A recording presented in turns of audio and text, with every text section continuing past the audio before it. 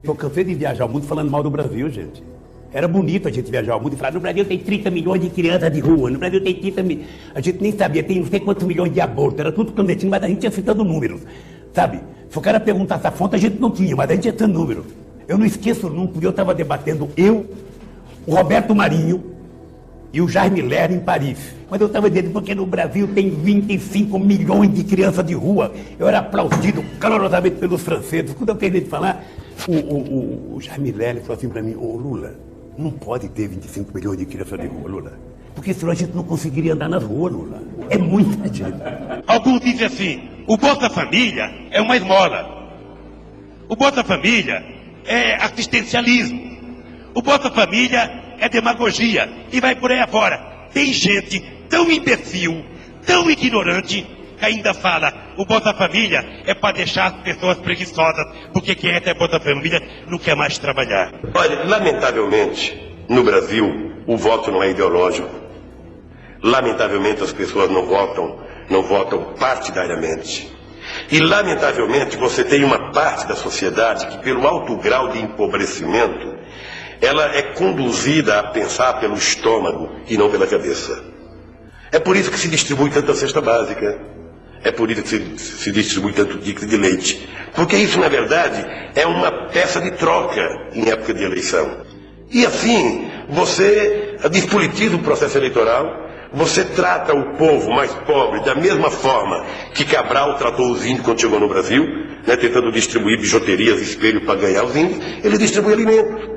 Você tem como lógica manter a política de dominação que é secular no Brasil.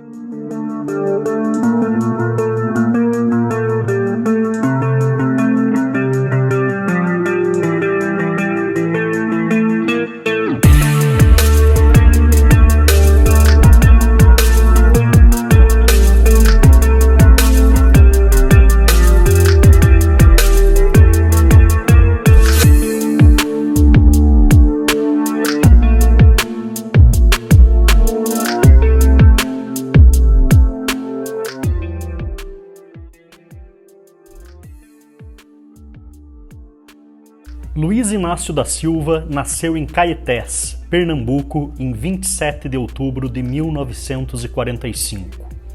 Lula é o sétimo dos 8 filhos de Aristides Inácio da Silva e Eurídice Ferreira de Melo, um casal de lavradores analfabetos que vivenciaram a fome e a miséria na zona mais pobre de Pernambuco. Faltando poucos dias para sua mãe dar à luz a um novo filho, seu pai decidiu tentar a vida como estivador em Santos, levando consigo Valdomira Ferreira de Góes, uma prima de Eurídice, com quem formaria uma segunda família. Com Valdomira, Aristides teve 10 filhos, fora alguns que possam ter morrido. Contando os 12 que teve com Eurídice, 4 mortos ainda bebê, estima-se que Aristides teve pelo menos 22 filhos conhecidos. Em dezembro de 1952, quando Lula tinha apenas 7 anos de idade, Eurídice decidiu migrar para o litoral do estado de São Paulo com seus filhos, para se reencontrar com o marido. Após 13 dias de viagem num transporte conhecido como Pau de Arara, chegaram ao distrito de Vicente de Carvalho, município do Guarujá, onde tiveram que dividir a convivência de Aristides com sua segunda família. A convivência difícil com Aristides, que era extremamente rigoroso com os filhos, levou Eurídice a sair de casa. Mais tarde, em 1954, mudou-se para a capital, onde foi viver num cômodo atrás de um bar localizado na Vila Carioca. Lula e seu irmão José Ferreira de Melo, conhecido como Frei Chico, moraram algum tempo ainda na casa de seu pai, mudando-se para São Paulo apenas em 1956. Após isso, Lula nunca mais reencontrou com seu pai, que morreu em 1978 e foi enterrado como indigente. Segundo relatos, Lula e seus irmãos só souberam da morte do pai dias após o enterro.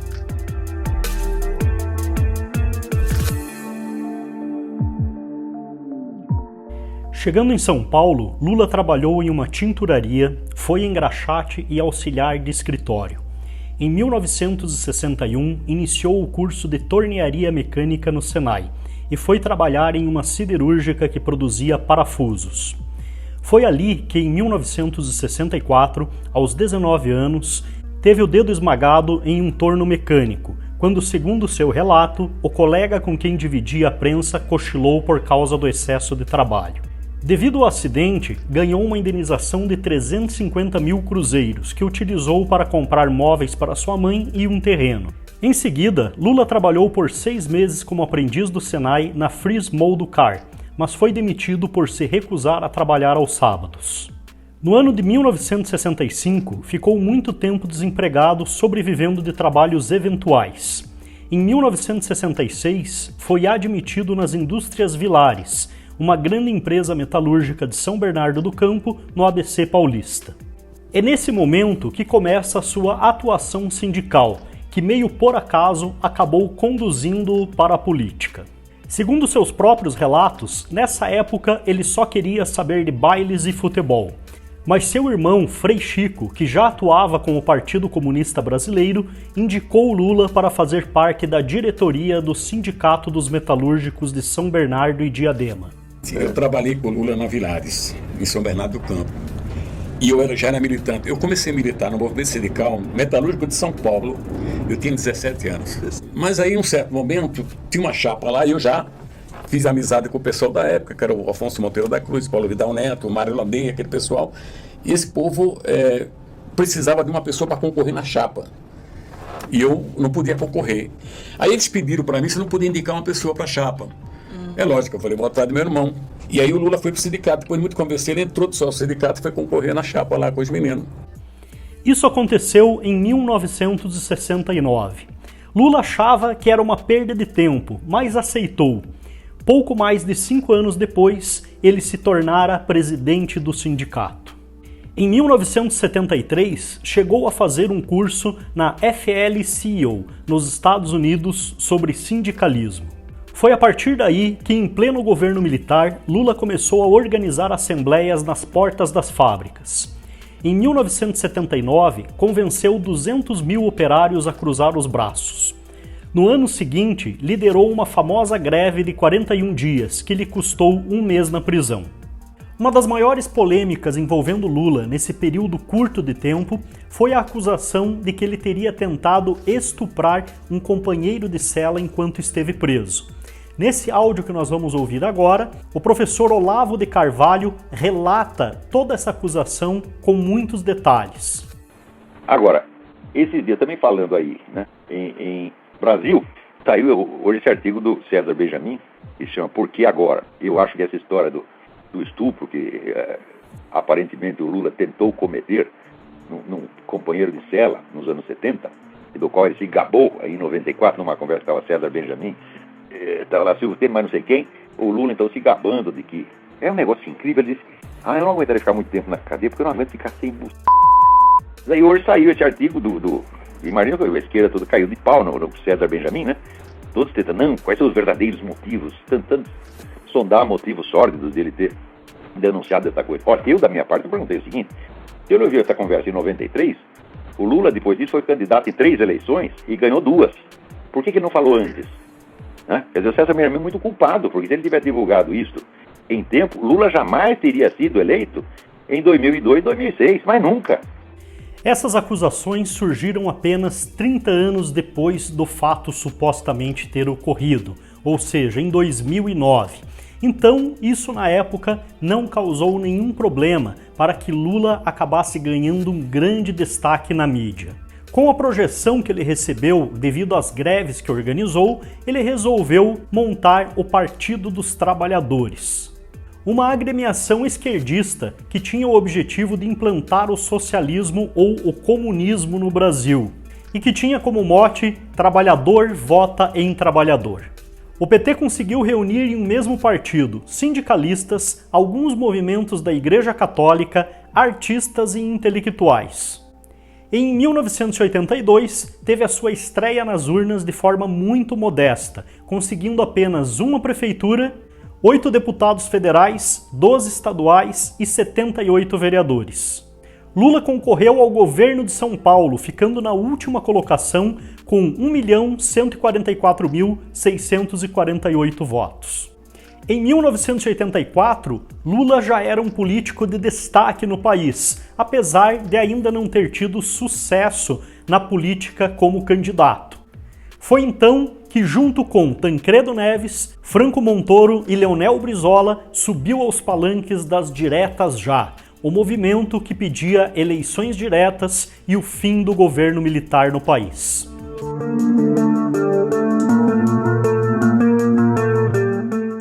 Após o fracasso da campanha Diretas Já, Tancredo de Almeida Neves, avô de Aécio Neves, é eleito de forma indireta pelo colégio eleitoral, vencendo Paulo Maluf, candidato do governo militar. Muitos estudiosos afirmam que essa vitória também se deve ao movimento de Diretas Já. Lula não concorreu nessa ocasião.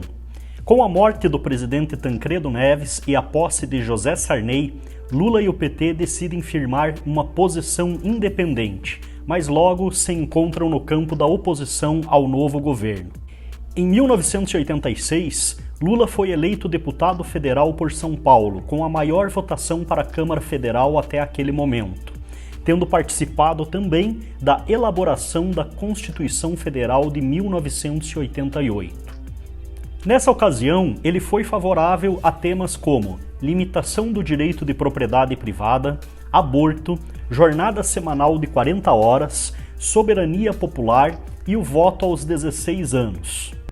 Também defendeu a estatização do sistema financeiro, a criação de um fundo de apoio à reforma agrária e o rompimento das relações diplomáticas com países que adotassem políticas de discriminação racial. Dia 17, não tenha medo de ser feliz. Sem medo de ser, sem medo de ser, sem medo de ser feliz. Sem medo de ser, sem medo de ser, sem medo de ser feliz. Lula lá. Em 1989, foram realizadas as primeiras eleições diretas para presidente desde o golpe militar de 1964. Lula teve um grande apoio de artistas e intelectuais, e com essa ajuda conseguiu fazer uma campanha que o levou para o segundo turno com Fernando Collor de Mello. Collor era candidato do Partido da Renovação Nacional, o PRN, e foi eleito presidente com o apoio dos meios de comunicação e empresários, uma vez que estes se sentiam intimidados ante a perspectiva do ex-sindicalista, radical e alinhado às teses de esquerda chegar à presidência. Assim como José Sarney, a família de Collor também era dona de uma emissora afiliada à Rede Globo, além de rádios e jornais em Alagoas. Às vésperas da eleição, a Rede Globo promoveu um debate final entre ambos os candidatos, e no dia seguinte levou ao ar uma versão editada do programa em sua exibição no Jornal Nacional. Muitas pessoas comentaram que a edição foi favorável a Fernando Collor de Mello e teria influenciado o eleitorado. Porém, sabemos que não é possível ganhar uma eleição de um dia para o outro. O Brasil ainda não estava preparado para um governo de esquerda. A maior parte da população era conservadora e o discurso de Fernando Collor de Mello era mais alinhado com as expectativas da maior parte da sociedade. Lula construiu uma imagem ao longo dos anos de um agitador político radical de esquerda e, além de tudo, defendia teses que eram muito contrárias à opinião pública da maior parte das famílias no Brasil. O Brasil ainda era um país bastante conservador, de maioria católica, e vivíamos em meio à Guerra Fria, representadas pelo capitalismo dos Estados Unidos e o comunismo da União Soviética. Apesar da sua derrota nas eleições de 1989, Lula e o PT saíram vitoriosos por conseguirem grande destaque, apoio de uma parte considerável da sociedade e inclusive importantes influenciadores, também por se tornarem os principais representantes da esquerda no Brasil. Com isso, conseguiram também muito prestígio internacional, o que levou à criação do Foro de São Paulo, em São Bernardo do Campo, em 1990. O Foro de São Paulo é um encontro periódico de lideranças partidárias que visava congregar e reorganizar as esquerdas latino-americanas, que estavam politicamente desorganizadas com a expansão do neoliberalismo após a queda do Muro de Berlim. Décadas mais tarde, Lula também viria a se tornar um dos fundadores do Grupo de Puebla, apontado como sucessor do Foro de São Paulo, cuja criação aconteceu no México em 12 de julho de 2019.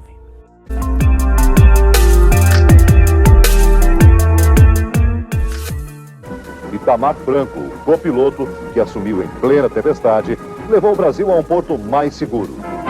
Passa o comando para um aliado, coisa rara na história do Brasil. No Brasil do Itamar, os candidatos a presidente foram muitos, mas a maioria dos eleitores se dividiu entre duas biografias escritas em duros tempos de resistência democrática. Lula Brasil, muda já, todos queremos o Lula lá. Lula Brasil, muda já, todos queremos o Lula lá. Levanta a mão, levanta a mão. Fernando Henrique é o Brasil que vai vencer.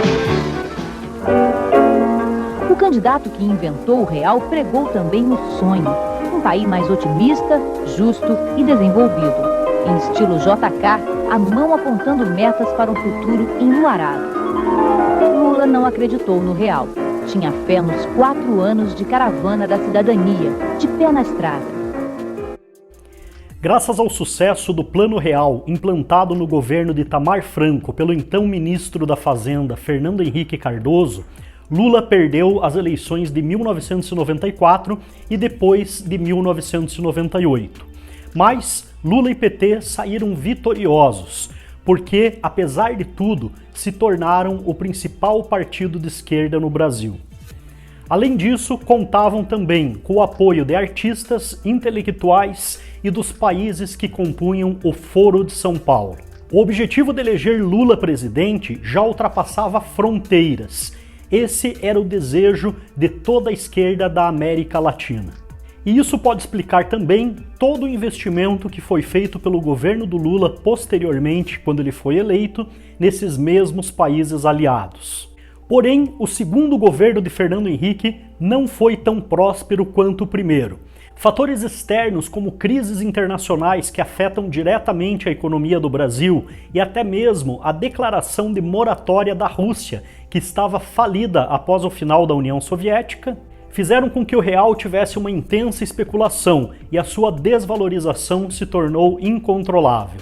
Somando-se a esses fatores, ainda existia um problema de deficiências administrativas no governo FHC, como por exemplo o grande apagão de 2001 e o pequeno crescimento econômico, pois a população já estava acostumada com os números do mandato anterior. Todos esses fatores levaram a um desgaste de Fernando Henrique Cardoso, que também não poderia mais se reeleger, mas não conseguiu eleger um sucessor. Nas eleições de 2002, o ex-ministro da Saúde, José Serra, não conseguiu vencer Lula. Então, o PT finalmente chega ao poder, como era o objetivo do Foro de São Paulo. Assim, em janeiro de 2003, Luiz Inácio Lula da Silva recebe a faixa presidencial de seu antigo companheiro, Fernando Henrique Cardoso.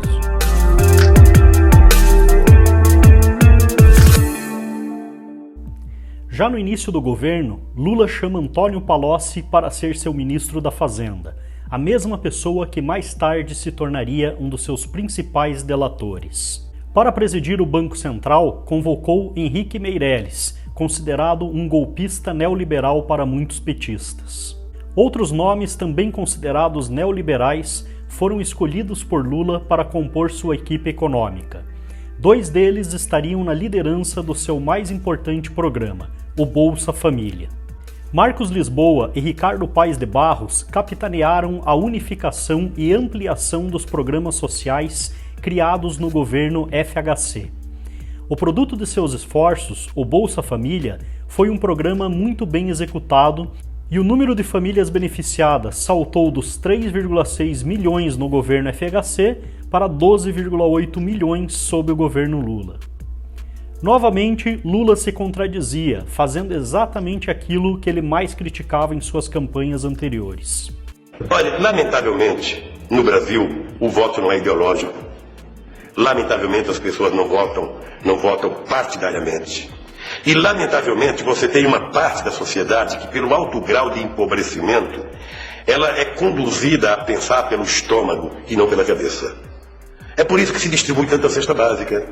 É por isso que se distribui tanto ticket de leite. Porque isso, na verdade, é uma peça de troca em época de eleição. E assim, você despolitiza o processo eleitoral, você trata o povo mais pobre da mesma forma que Cabral tratou os índios quando chegou no Brasil, né, tentando distribuir bijuterias, espelho para ganhar os índios, ele distribui alimento. Você tem como lógica manter a política de dominação que é secular no Brasil. Aos poucos começamos a perceber que Lula era o cara errado na hora certa.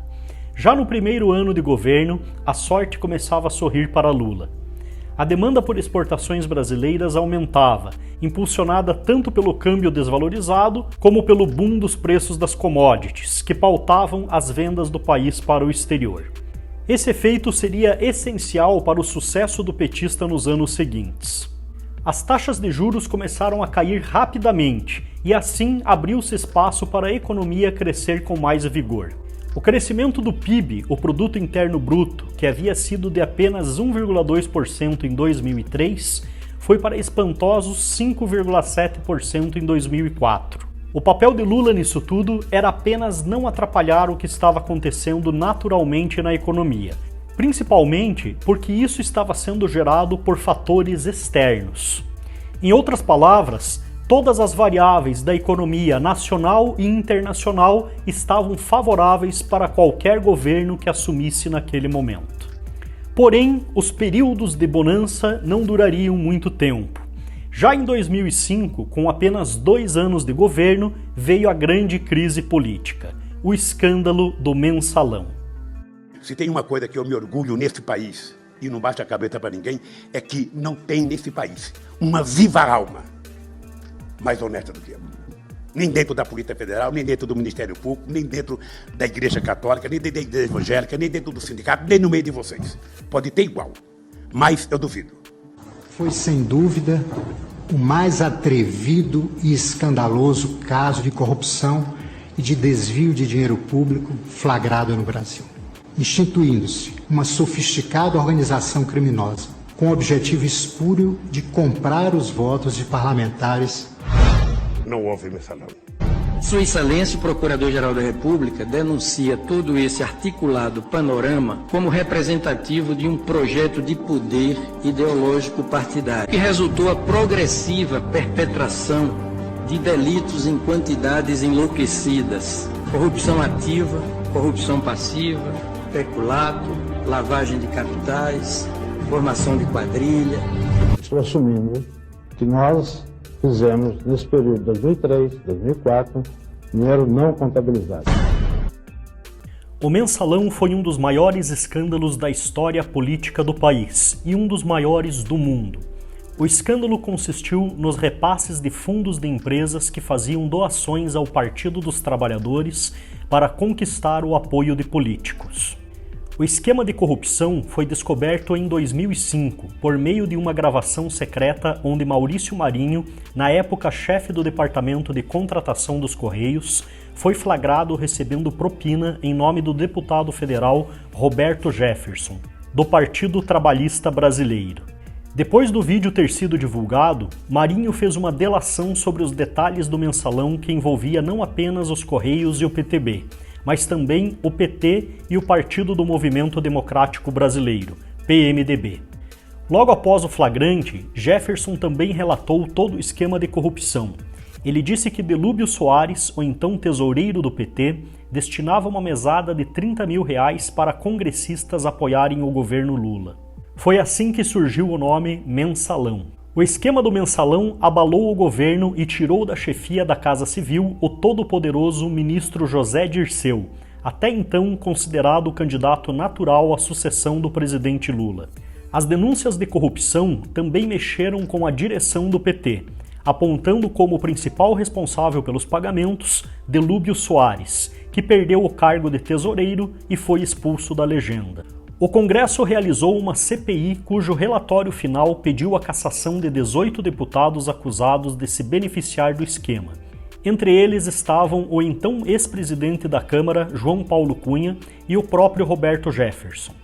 Apesar da lista extensa de envolvidos, apenas José Dirceu, Jefferson e Pedro Correia perderam os mandatos.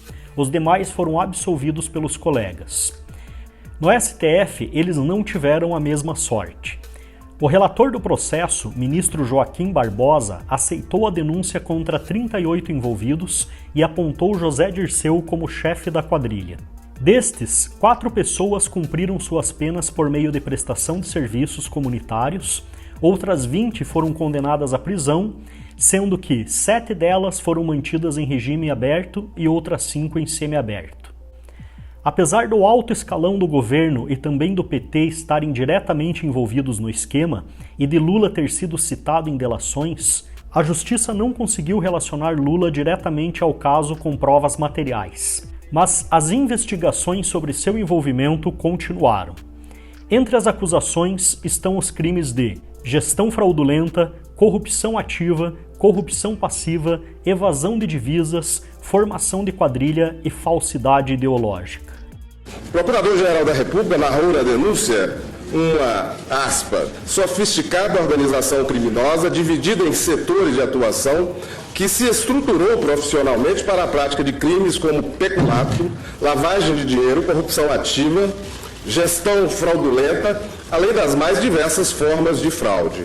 Segundo a acusação, aspas, todos os graves delitos que serão imputados aos denunciados ao longo da presente peça têm início com a vitória eleitoral de 2002 do Partido dos Trabalhadores no plano nacional e tiveram por objetivo principal, no que concerne ao núcleo integrado por José Dirceu, Delúbio Soares, Silvio Pereira e José Genuíno, garantir a continuidade do projeto de poder do Partido dos Trabalhadores.